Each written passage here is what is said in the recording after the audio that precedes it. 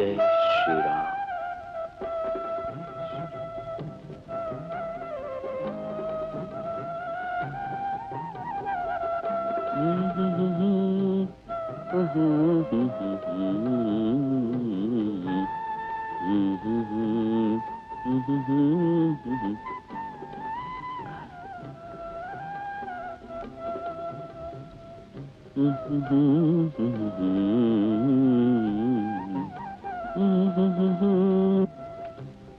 जय श्री राम।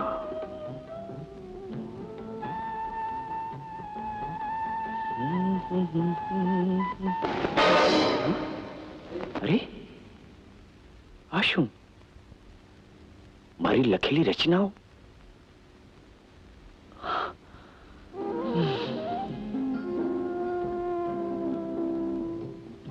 श्री राम।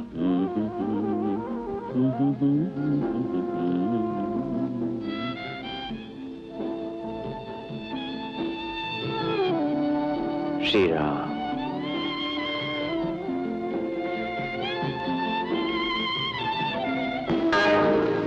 अरे આજે પણ કાલની જેમ મારા પાના કોરા,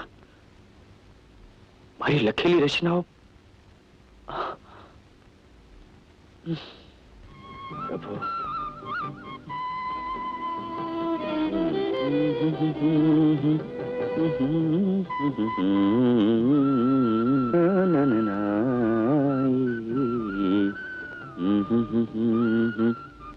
श्री राम श्री राम।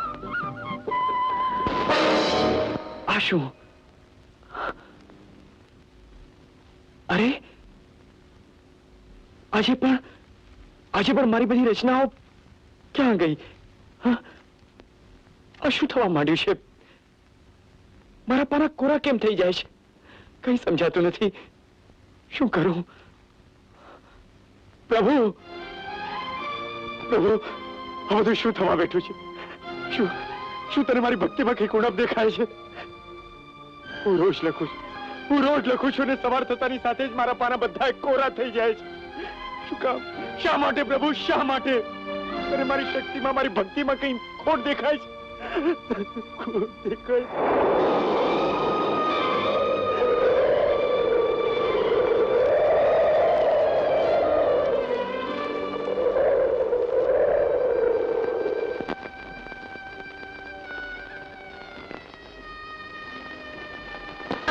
तुलसीदास, उठो।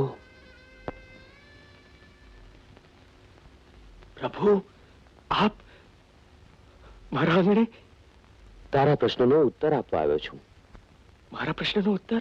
રામચરિતમાનસ લખું છે ને? હા પ્રભુ. તો એ ગ્રંથ સૌને સરળતાથી સમજાય એવી ભાષામાં લખ, લોક ભાષામાં લખ. લોક ભાષામાં? સરળ ભાષામાં? જરૂર લખીશ પ્રભુ, જરૂર લખીશ. आशीर्वाद आपो। तथास्तु। श्री राम श्री राम। राम श्री राम।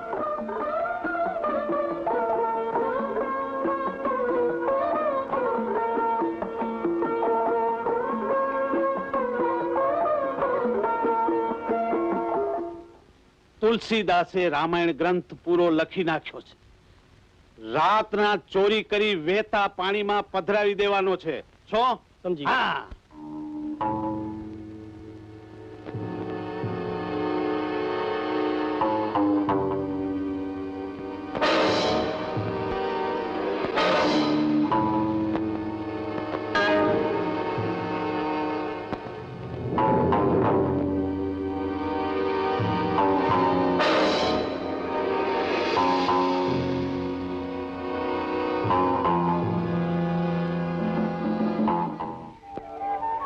हाँ गुरुजी, हाँ। શું વાત કરે છે ગણેશ? મારા ગ્રંથની રખેવાળી કરનાર બે ધનુષધારી હતા. ખરેખર તો બીજું કોઈ નહીં ગણેશ. મારો વાલો રામ અને બંધુ લક્ષ્મણ જ હશે. પ્રભુ પ્રભુ, તું મારા જેવા તુચ્છ માણસના ગ્રંથની રખેવાળી કરવા માટે રખેવાળ બન્યો. ધન્ય છે પ્રભુ, તને ધન્ય છે. તું કેટલો મહાન છે પ્રભુ, કેટલો મહાન છે. પાપું પી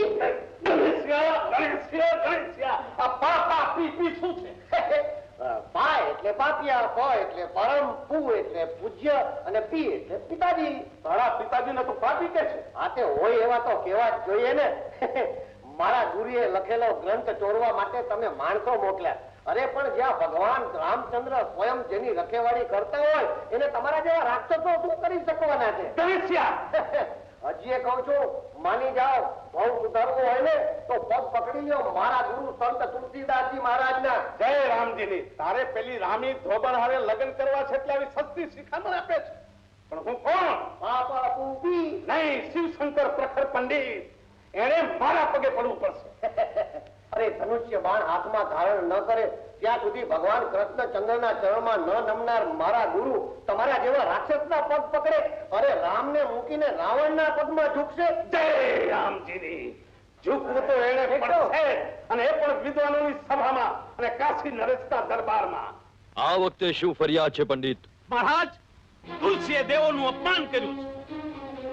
માન અને એ પણ દેવોનો? રામ રામ રામ રામ. ખોટી વાત છે મહારાજ. મારા ગુરુ અરે એક સંત દેવોનું અપમાન કરે જ નહીં. પણ કર્યું છે. રામાયણ જેવો ગ્રંથ દેવ ભાષામાં લખવાને બદલે લોક ભાષામાં લખ્યો. પૂજ્ય દેવો સંસ્કૃત જેવી સમૃદ્ધ અને સંસ્કારી ભાષા છોડી અશુદ્ધ ભાષા બોલશે? આ ભાષાનું અપમાન છે, દેવોનું અપમાન છે. ધર્મ ભાષાની ઘોર અવગણના છે. અપરાધ નહીં પણ પાપ છે, પાપ. મહારાજ, આ ગ્રંથનો નાશ થવો જ જોઈએ. મહારાજ, આ ગ્રંથ મેં જ લખ્યો છે એ હું કબૂલ કરું છું. કિંતુ મહારાજ, આ ગ્રંથને હું લોક ભાષામાં જ લખું એવો આદેશ તો મારા પ્રભુ સ્વયં ભોળાનાથનો હતો. સ્વયં ભોળાનાથનો? હા. સાંભળો, સ્વયં ભોળાનાથનો એટલે ભોળાનાથને મળવા તું કૈલાસ ગયો હતો કે ભોળાનાથ કૈલાસ છોડીને તને મળવા કાશીના ગામડામાં આવ્યા હતા?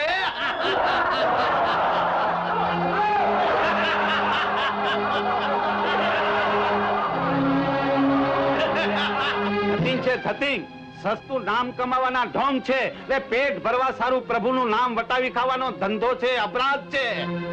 રૈયતની આંખમાં ધૂળ નાખવાનું પાપ છે, પાપ. તુલસી, તું પાપી છે, અપરાધી છે. સંત તુલસીદાસની વારે ચડેલ ભગવાન રામચંદ્રજીની વિફરેલ વાનર સેનાને પ્રત્યક્ષ જોયા પછી મહારાજ એના પર અવિશ્વાસ મૂકવાની ભૂલ ફરીથી કોઈ દી નહીં કરે. સમજ્યા? પાપ પૂપી. હા શિવા પંડિત, ધર્મગ્રંથ એ પંડિતોનો પ્રશ્ન છે, વિદ્વાનોનો વિષય છે. જે પંડિતોનો ચુકાદો એ જ મારો ચુકાદો. મહારાજ, પંડિતો મારી સાથે સંમત છે કે તુલસી પાપી છે. મહારાજ, મારું માનવું છે કે પાપીને મૃત્યુદંડની સજા થવી જ જોઈએ. અરે પાપી તો તમે સૌ છો. સ્વયં કૈલાસપતિએ આપેલ આદેશની અવગણના કરવાનું પાપ તમે સૌ કરી રહ્યા છો. ગણેશ, તુલસીદાસની કીર્તિ અને એની લોકપ્રિયતા તમારી આંખમાં કણાની જેમ ખૂંચે છે. ગણેશ શું બોલે છે?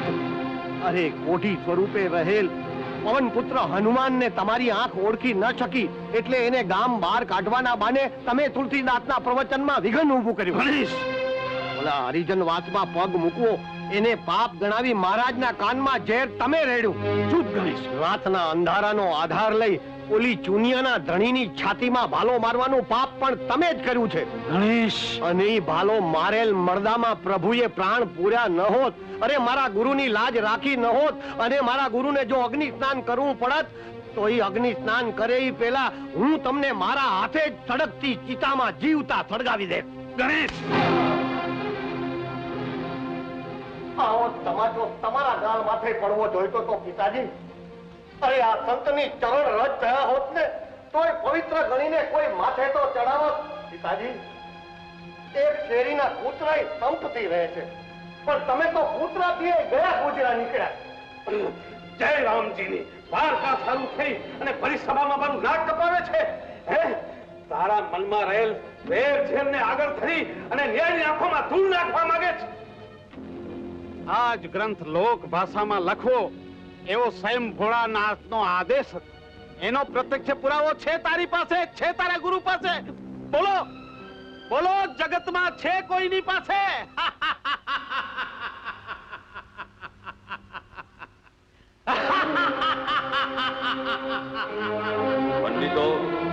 આ ચુકાદો છે આ ગ્રંથને કાશી વિશ્વનાથના મંદિરમાં મૂકવામાં આવે જો સ્વયં પ્રભુ સાક્ષી આપે તો ઠીક નહીતર તુલસીદાસજીના અપરાધી માની એમને મૃત્યુદંડની સજા આપવામાં આવશે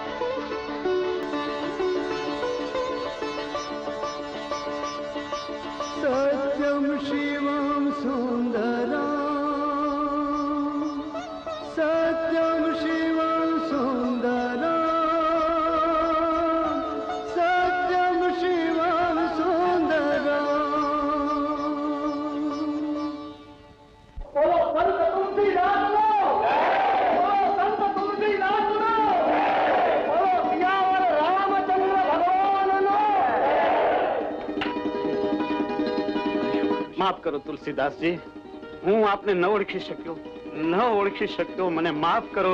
પિતાજી, તમે અને ક્ષમા યાચના. હા ગણેશ. બોલો નમઃ પાર્વતી પતયે હર હર મહાદેવ.